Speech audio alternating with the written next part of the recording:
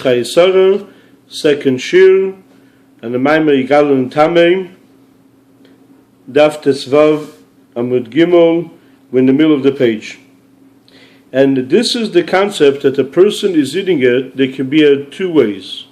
The person is eating the food, is elevating the food. That means the person is actually higher. But once the food gets to his source, the food is actually higher than the person. And then he comes and it elevates the person as himself as well.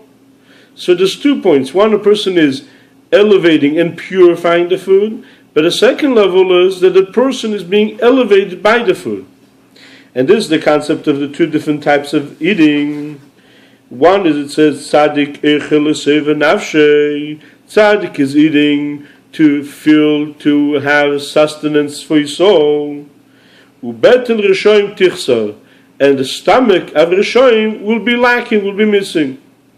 Literally, the pasuk means that the tzaddik is eating to be full. So his purpose of eating, that he should be able to be full, he should be able to serve Hashem.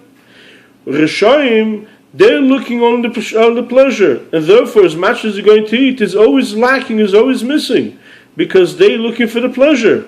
And the pleasure, today you have pleasure, the next day that pleasure is not enough. It needs more pleasure, and therefore they're always lacking, they're always missing. However, tzaddik that is eating, that he should be full, that he should be able to serve Hashem, a small amount will be suffice.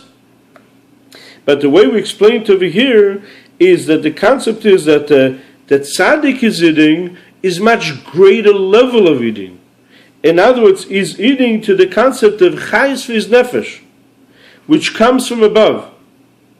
Ubet and reshoim, in other words, by the concept, by the chitzonim, by the opposite of Kedusha, they have over there, they taking the food, and they, so to say, are in control of the food.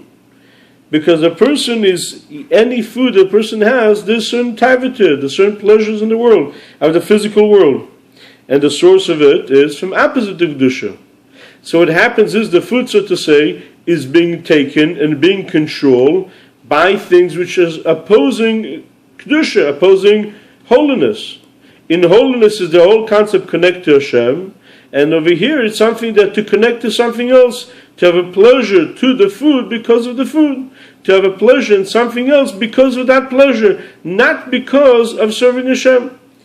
But what happens is when a person comes on a regular day and eats the food, so it's basically causing that reshoim techsar, that they're going to be causing that the opposite of Kedusha will be lacking.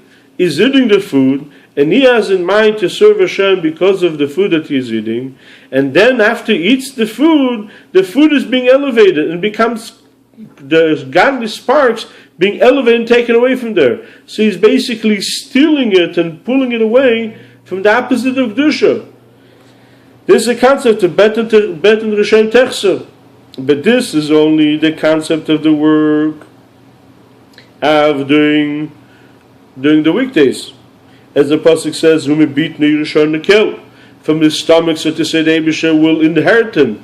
In other words, he will take that which is taken in the opposite of Kedusha, and the Eibusher is giving it to a person by serving Hashem, eating the food to serve Hashem.